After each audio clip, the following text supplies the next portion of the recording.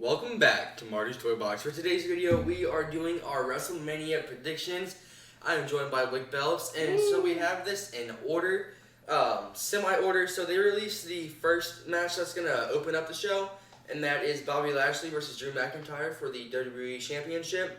And then the main event of night one is Banks versus Belair for the women's title. And then I can assume that's going to close tomorrow night is, of course, the Triple Threat Man match for the Universal title. So what are your thoughts on the WWE title match? Well, you said Triple Threat Man match. What the fuck is that? You mean a Triple Threat match? So I think that Bobby Lashley and Drew McIntyre is the perfect opener. I mean, I know it's really weird. Like, everyone was really going crazy on Twitter about Banks and Belair wanting them to main event. Even though the build for that match has sucked compared to McIntyre and Lashley, I think this is the perfect setup, though. Drew gets his moment. He gets to be the first one out with fans. I think it's perfect. And, I mean, then Banks and Belair get to make history, and they get a main event. And I bet the match is going to be a banger. But, like, the build, like I said, was terrible. I think this match goes two ways. Either, A, they do a really, like, technical match. It's going to go, like, 20 to 25 minutes. Or they're going to do something, like, really finisher spammy just to get the crowd hyped up. I hope they don't go the finisher spammy route. Because, I mean, last year, how many finisher spam matches were there? Oh, lots of them. I think there was two. Wasn't it both the world title matches? Yeah, it was two, I'm pretty sure. And then, yeah, I think that was all of them. But that's still too many. WrestleMania should not be a finisher spam. But yeah, I don't know which way they go with this. I know Drew's not losing clean. And it's almost weird. I don't think they're going to do Drew losing, like, their first match back with 25,000 people in attendance. I don't see Drew losing the match, but then again, I don't really want to see Bobby Lashley lose either. So, God, I don't know. I think Drew wins and regains the title for his moment in front of fans, but I don't see him having a long reign. I think either he loses it back to Lashley at maybe like Backlash or something, or he loses it to the Money in the Bank winner. What are your thoughts? Yeah, I think this match is going to go one way. So we had McIntyre win at last year's Mania, supposed to be in front of fans, big pop and stuff like that. Didn't happen, and then they bounced the title around between Orton and McIntyre, and then Lashley won it. But I think the only reason they set this up is to, A, have a banger of a match. I don't think it'll be just a finisher match, and I think they did it so Drew can get his big win in front of a crowd. Yeah, but do you think he's going to have a long reign? Ooh, I don't know. I mean, McIntyre's held it for, well, it would be over a year now, or mainly had the title for over a year now. And I don't think McIntyre will hold it for a while. I just don't know who he would drop it to unless it was the Fiend. Or Lashley. I see Lashley, he's booked so strongly. He looks like $1 million. I think Lashley doesn't retain here. I think he loses, but he regains the title really soon. So yeah, let's move on now to weirdest match, one of the weirdest match builds on the card. So this was rumored at first, and I didn't really believe it, but then we just started seeing Shane McMahon randomly pop up on Raw with like Braun Strowman and stuff, so then I kind of pieced it together. It's a steel cage match, so we're going to see Shane jump off the top, like he always does. But I only see this match going one way with Braun Strowman winning. Oh, they have to have Strowman win. The whole build of this has been Strowman's an idiot. Stupid. They could have built off that Strowman kind of ruined the Raw Underground when he beat Shane Starr. Who was that guy? He was drafted to Raw. He was drafted to Raw. Was it Dabba-Kato or something? Dabba-Kato, and he hasn't been seen since. Yeah, I mean, he was drafted, and then another guy, one of the martial arts guy from NXT. But yeah, they haven't been seen since. They should have built off that, but not this. Shane thinks he's stupid. Their weird segments on Raw were crazy. It was really bad. Like the report card segment, terrible.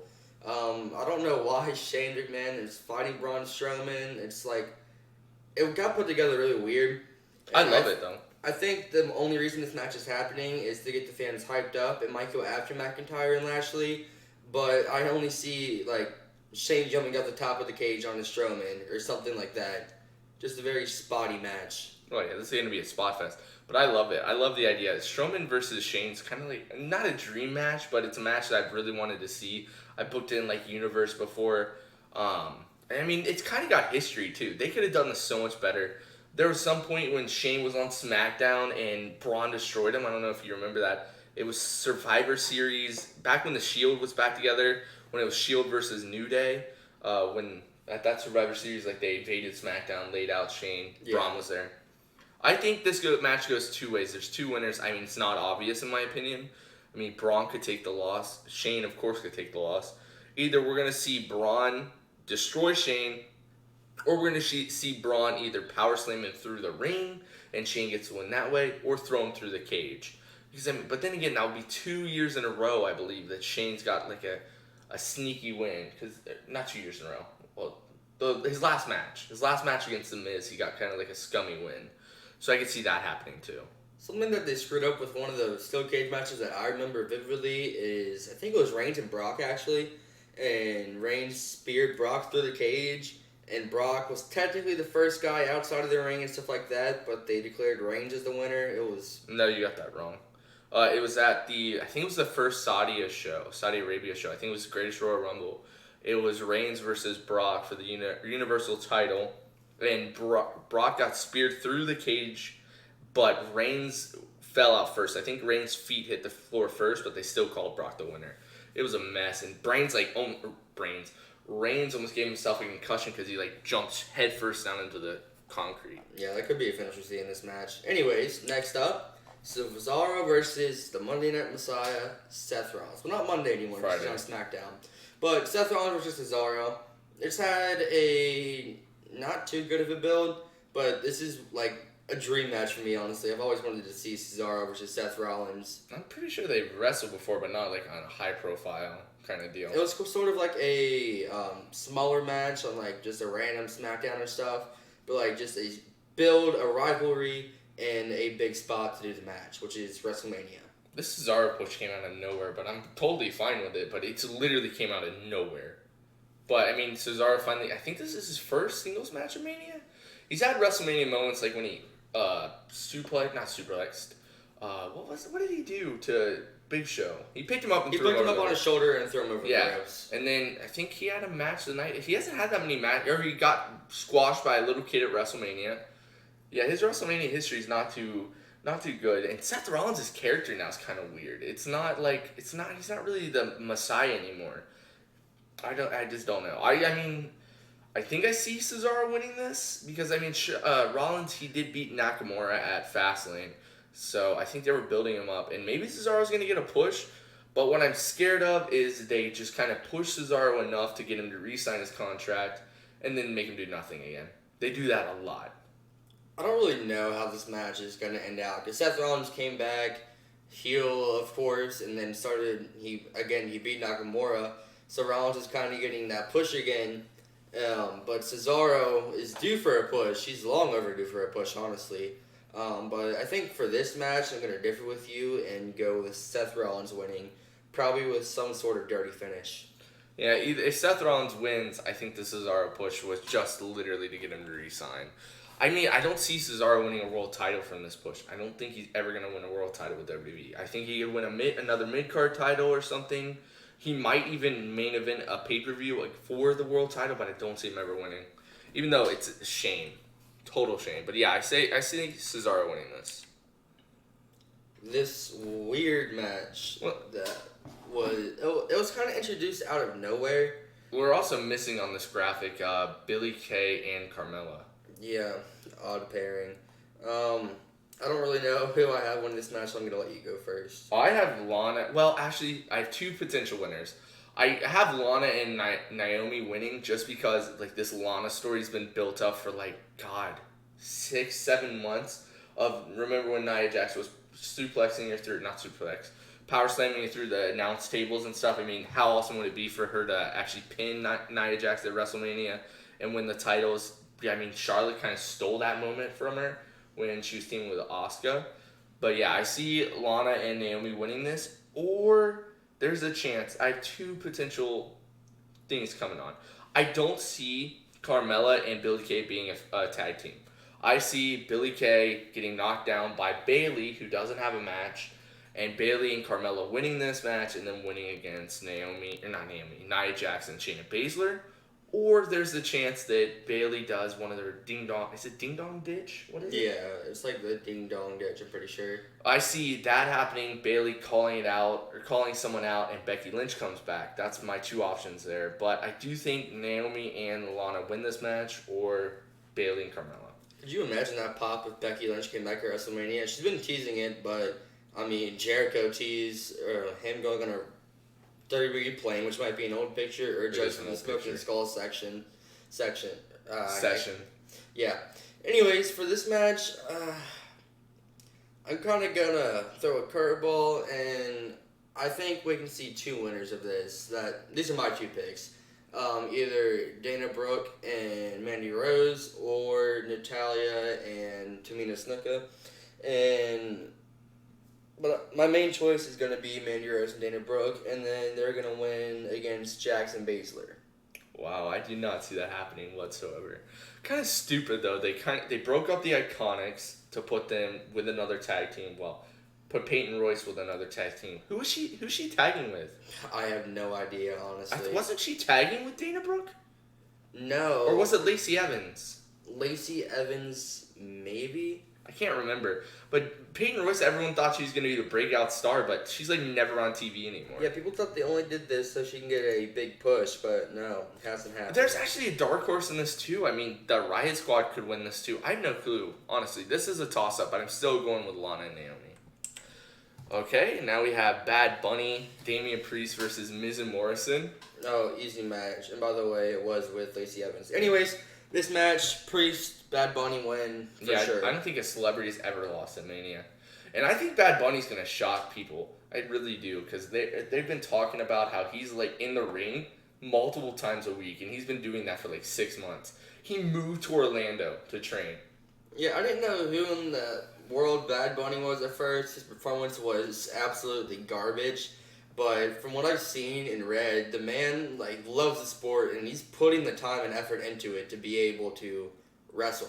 I don't know if he's going to go anywhere after this, or maybe just go off WWE. I can't really see him being like a megastar rapper or whatever and a superstar. So I think we might see this match and maybe like one or two more, and then that's it for him. I don't really think he's going to sign a contract or anything like that. No, I don't think that either. But I think he'll be on WWE quite often. Not quite often, but like he's going to be on there more than most celebrities who come in and do the Mania stuff. I mean, he's been huge for WWE. He was the most streamed artist, and I think in 2020 alone, he had more streams than anyone on Spotify. And his limited merch from the Royal Rumble, I think it was the Royal Rumble, it did like more, was it 500,000? I think it was around 500,000. 500,000. And like, his response is crazy. He brought the 24/7 title on SNL. I think it was SNL. That's crazy. That gave huge exposure with WWE. I know they're loving this. This is one of the main times that they're really on the mainstream. Most people always give WWE shit because they're so out of touch, but they are right in the money with Bad Bunny. And a lot of people, it's showing that a lot of the audience in WWE is out of touch. Because you see all these people like, who's Bad Bunny? But yeah, that just shows that the audience is out of touch. And this is huge for Damian Priest, too. I think Damian Priest is going to have a really good 2020. Hopefully he doesn't... 2021. Hopefully they don't drop the ball with Damian Priest like they do with 99% of the call-ups. Keith Lee, mainly.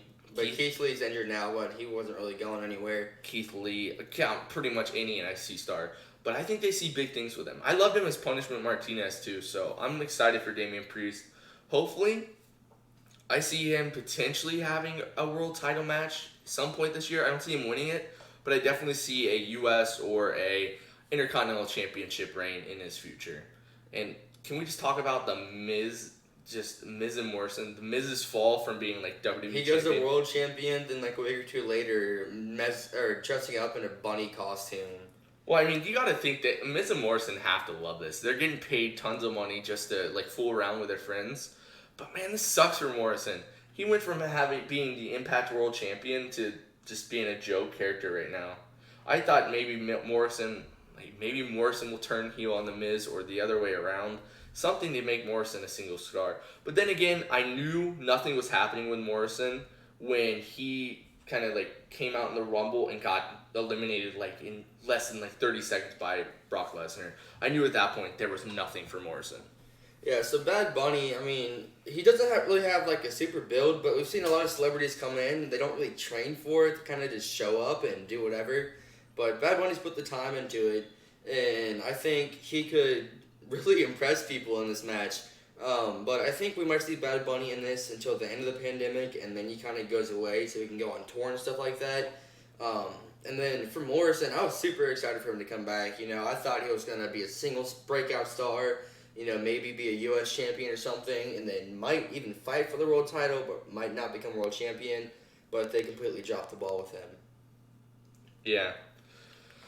Morrison's been a total disappointment, in my opinion. So Styles and Omos versus the New Day, and read a lot of stuff about this, and Omos is said to be absolutely terrible in the ring. Well, the dude's super tall. I think Omos is literally in for like 2 spots. AJ and Omos is winning this, and I think that's gonna make AJ Grand Slam champion, if I'm not mistaken. New Day literally won this title just to lose it to AJ. I'm pretty sure, if I had to guess. Plus to pad their numbers, they've had so many tag team reigns. I know. We almost need, I know Kofi was world champion. He won the world title. Had that run, but the Xavier Woods has kind of been in the shadow with like the New Day, nothing else. But it's kind of hard because like Big E's now IC champion, Kofi was world champion. Xavier Woods hasn't really done anything besides being a tag team champion. But my pick for this is Styles and Omos.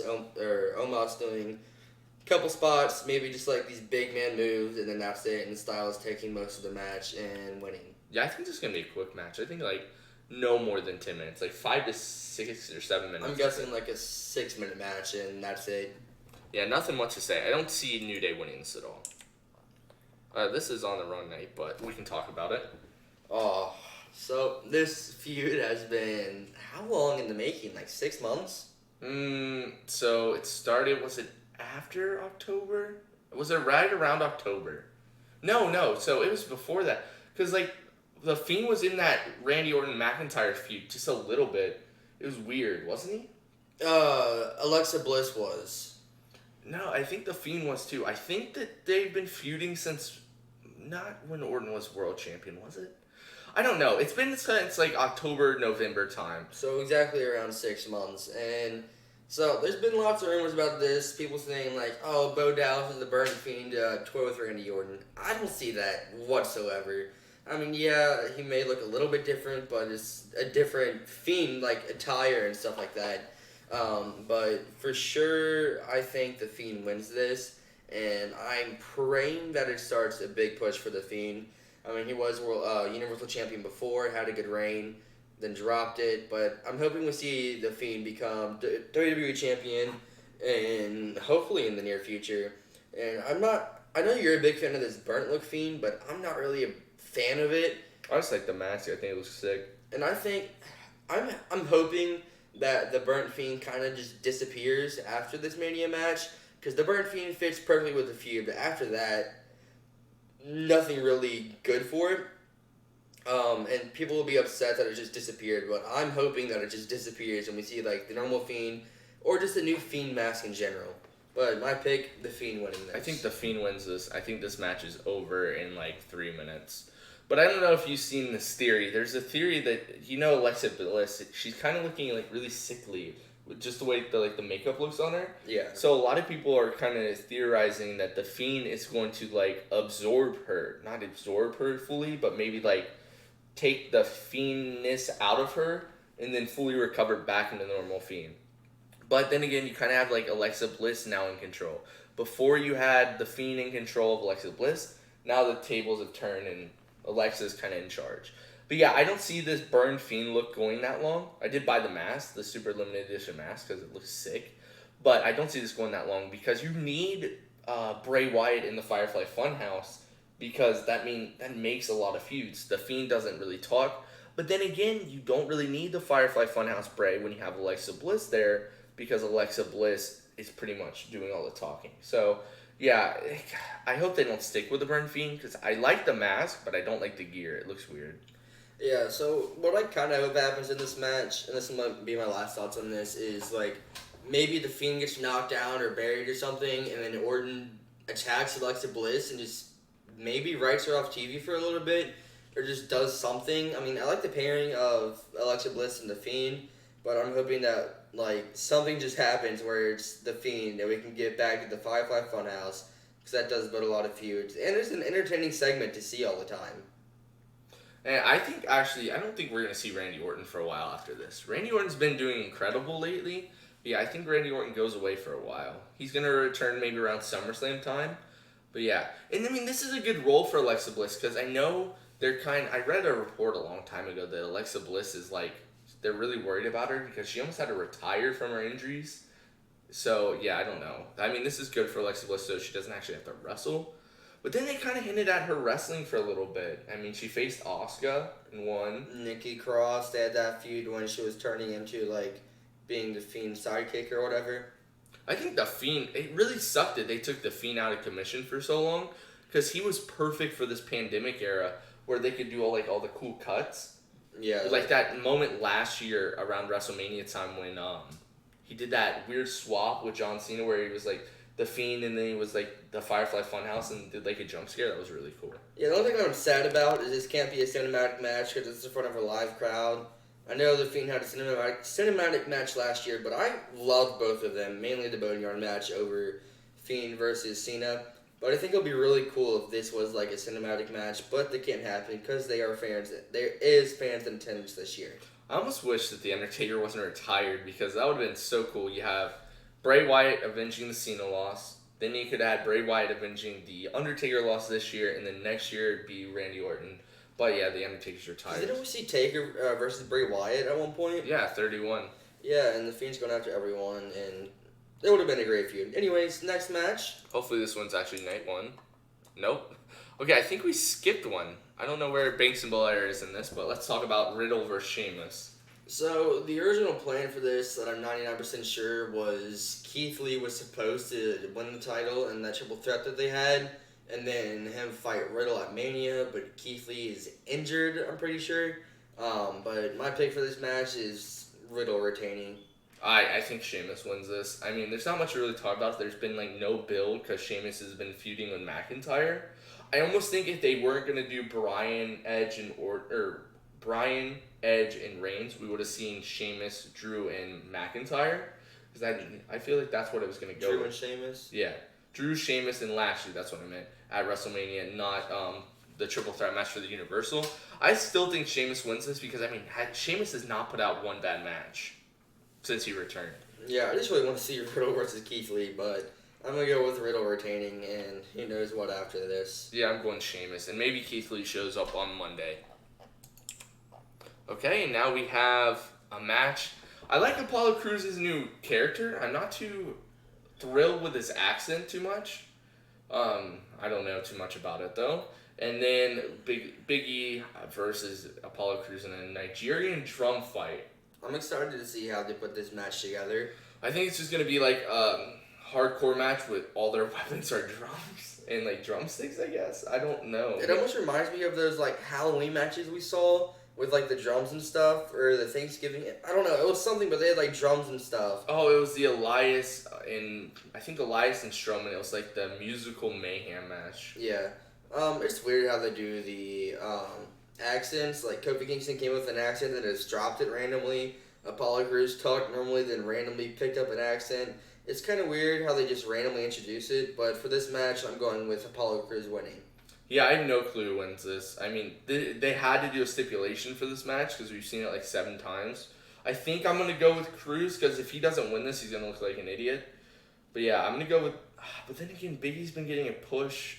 I think I'm going to go with Big E on this one.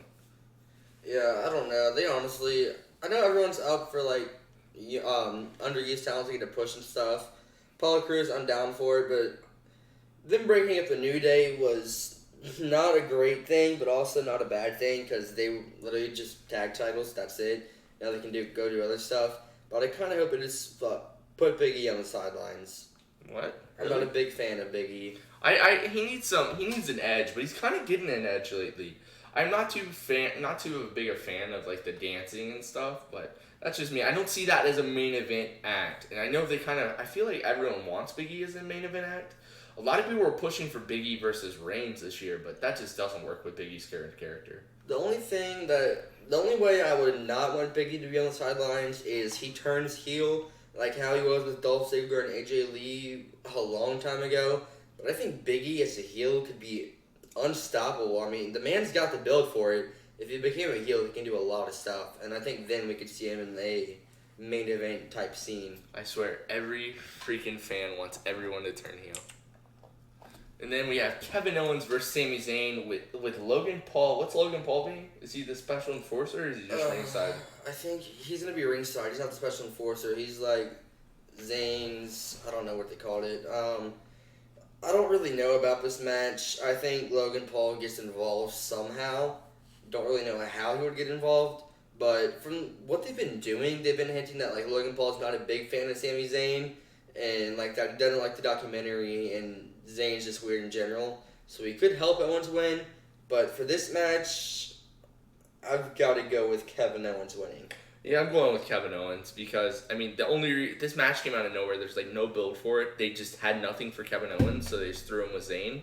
I see Kevin Owens and Zayn having a really good match, and then it kind of gets ruined by Logan Paul kind of turning on Sami Zayn. I think Logan Paul will knock out Sami Zayn and help Owens get the win. Plain and simple. And then, next up is the main event. We have Daniel Bryan, Roman Reigns. Daniel Bryan, Roman Reigns versus Edge. And I don't know about you, but I'm not a big fan of Daniel Bryan being in this match. I'm on the complete opposite side of you. So, lots of fans are basically roasting Daniel Bryan and memeing him and stuff about him getting involved in triple threat matches at Mania. But the only way I see this going down is it helps Reigns not become a terrible character, and it lets Edge like get his moment. Because if Edge pinned Roman clean, it would like ruin Reigns' momentum. So Bryan's only in this match to take a pinfall from Edge, and Edge is gonna win, get his big WrestleMania moment in front of a crowd, like they might have done last year McIntyre. It was McIntyre's, but no, my pick is Edge to win this and pin Daniel Bryan, so Reigns doesn't lose all of his momentum. Yeah, that's the only reason why Bryan's in this match. He's literally only in this match to take the pin.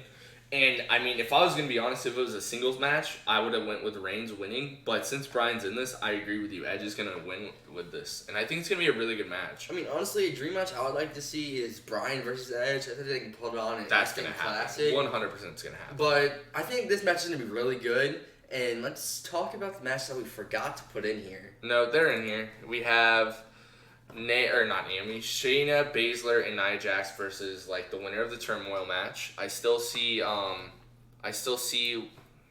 and whatever winning this. Yeah, I think Baszler and Jax drop it to whoever wins the Turmoil, and they might feud for a little bit. Who knows? I don't care about this match. Yeah, I don't really care about this the match women's either. tag titles have literally been one of the worst booked titles. And what's annoying for me in so long. What's annoying for me is they introduced NXT Women's Tag Titles. That ruins it for me because I thought it was kind of cool. We can see like Shayna Baszler and Nia Jax show up randomly on NXT and challenge someone. That has happened 2 times. I know, it's happened 2 times, but like with different champions, we could see like some really good matches in NXT or on the main roster. It's a chance for them they could possibly use people on the main roster from NXT for a little bit. But I thought it was just cool for the fact that we can see whoever's the women's tag team champions go to NXT and challenge someone and just like kind of be a surprise all the time. But they introduced NXT women's tag titles, so they kind of just ruined that. I disagree. I mean, it would have been cool if they actually showed up on NXT, but they never did. So I think NXT women's division is so stacked that they literally need to have these titles. They need they needed a mid-card title, and I think the tag titles work perfectly. What would be the first ever women's mid-card title we have if they introduced that? The first time in WWE, not in other companies, I'm pretty sure. Maybe. I know in Stardom, which is like a completely all-women's promotion in Japan, they have multiple women's titles. Well, at that point, you kind of have to have multiple titles. You can't just have the one title. I think in AAA, there's multiple women's titles, but I think it's like kind of weight division. So I don't know any promotions. Let us know in the comments below. Is there any promotions that have women's mid-card titles? But let's go to the matches that, for whatever reason, didn't show up. We have Asuka and Rhea Ripley.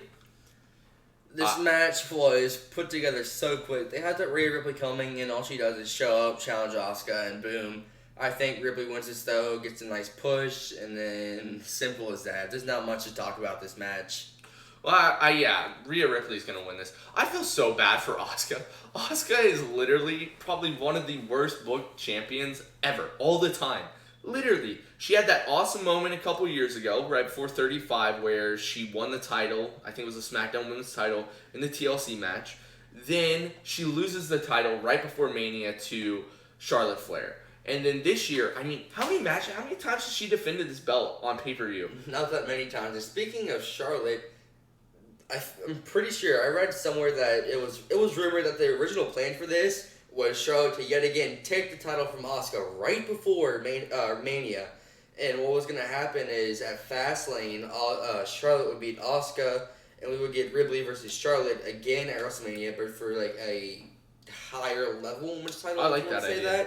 But then Charlotte got COVID. This whole Andrade situation happened, so she's been written off. And well, the original plan was Lacey Evans beating Asuka at, I think it was Elimination Chamber.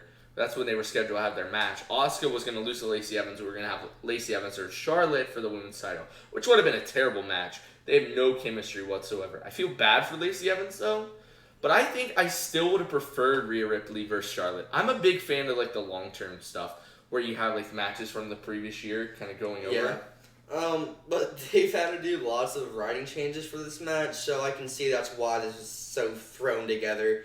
Because you can't really have a title match off of Mania. I mean, that kind of just makes the title look like a joke, honestly. But I think that this was so put together because they've had to change it so many times with Lacey Evans actually getting pregnant. That's funny. That's awesome. And then Charlotte, that was the plan for her getting COVID. So they kind of had to just piece them together really quick. And I think Ripley's the right person to take the spot. Yeah, I think Ripley's going to get fans turning on her, though. I mean, people love Asuka, but man, she's so poorly booked. But yeah, I see Ripley winning this. They were going to take the title off Asuka anyways with Lacey Evans, so yeah, I definitely see Rhea Ripley winning. And now for the main event of night one, we have Sasha Banks versus Belair. I don't know who's going to win this. I'm going to go with Belair just because I don't know, honestly. What do you think? It's really hard for the women's division, I think, mainly because with the men's division, you have the mid-card titles, but the women's division, you either have the tag titles or the world title. But I think Bianca Belair will take this match and win. I think if Belair doesn't win this match, I see Sasha Banks turning heel. Like, if Belair wins this match, I see Sasha Banks turning heel. Yeah, so that's my predictions for Mania. Anyways, that is all we do have for you guys for this video. I hope you all did enjoy, and I will see you guys next time.